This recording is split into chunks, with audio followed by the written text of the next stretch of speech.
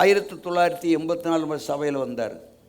வசனத்தை கேட்டார், பாவம் உணர்த்தப்பட்டார், மனம் திரும்பினார், ரட்சிப்பை அனுபவத்தை பெறுவதுக்குள்ளே வந்தார்.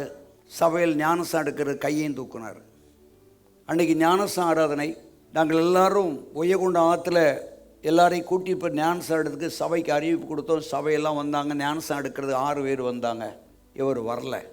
ஞானசாரம் எடுக்கிறேன்னு சொன்னவர் வரல. நாங்கள் எல்லோரும் கூட்டு போய் ஞானசாரம் கொடுத்துட்டு வந்துட்டோம். அடுத்த நாள் காலையில், ஐயா நீங்கள் வரலையே ஞானசாரம் எடுக்கிறதுக்குன்னு கேட்டேன். அப்போ அவர் சொல்கிறார், ஐயா முக்கியமான ஆள் எங்கள் வீட்டுக்கு வந்துட்டாங்க, அதனால் உங்களை விட்டுட்டு வர முடியல, அதனால் எடுக்கிறேன். அடுத்த வாரம் எடுத்துருவோம் ஐயானார். அடுத்த வாரம் வந்துச்சு. ஆராதனைக்கு வந்தார். ஞானசாரத்துக்கு துணியை மாற்றணும் இல்லை, அதுக்கு எடுத்துகிட்டு வரேன்னு போனவர் வரல. 2 வாரம் தாமதப்பட்டார். 3வது ஞாயிற்றுக்கிழமை அவர் இல்லை. எங்கே போனார்? எங்கே இல்லை, இந்த உலகத்தை விட்டே போயிட்டார்.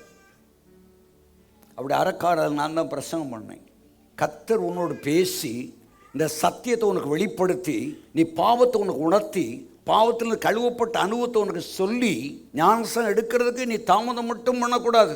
நான் எடுக்கிறேன், எனக்கு தெரிகிறது, இது புரிஞ்சுக்கிச்சு, எடுக்கணும் எடுக்கணும் எடுக்கணும், தாமதப்படாது.